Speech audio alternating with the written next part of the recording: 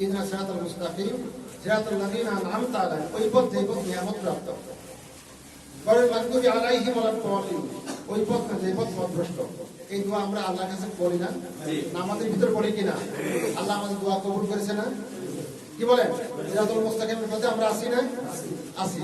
ওই পথ না যে পথ পথভ্রষ্ট। তবে পথ কিন্তু দুইটা, সিরাতুল মুস্তাকিমের পথ একটা, আর কি পথ? পথভ্রষ্ট একটা পথ, তাই তো? এখানে কোরআন শরীফে আল্লাহ রাব্বুল আলামিন বলেছেন এখানেও দুইটা পথ বলেছেন। সূরা নিসা ৭৬ নম্বর আয়াত আল্লাহ আলামিন বলেছেন আল্লাযীনা আমানু ইউকাতিলুনা ফি সাবিলিল্লাহ ওয়াল্লাযীনা কাফারু ইউকাতিলুনা ফি সাবিলিত-তাগুত, যারা ঈমানদার তারা সংগ্রাম করবে আল্লাহর পথে, ওয়াল্লাযীনা কাফারু যারা কাফের সংগ্রাম করবে কোন পথে? তাগুতের পথে।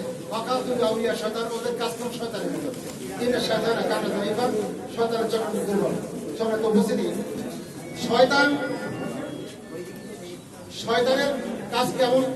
শয়তানের কাজ হচ্ছে সবসময় গন্ডগোল বাঁধানো, হট্টগোল বাঁধানো, মানুষকে ইসলামের দিকে ফিরায় নিয়ে আসা।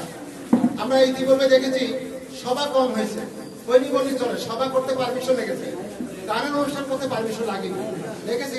বলেন এগুলা কিসের কাজ? শয়তানের কাজ। আমরা এখানে যারা আছি বুঝছি আমরা শয়তানের পক্ষে না, আমরা শয়তানের বিপক্ষে।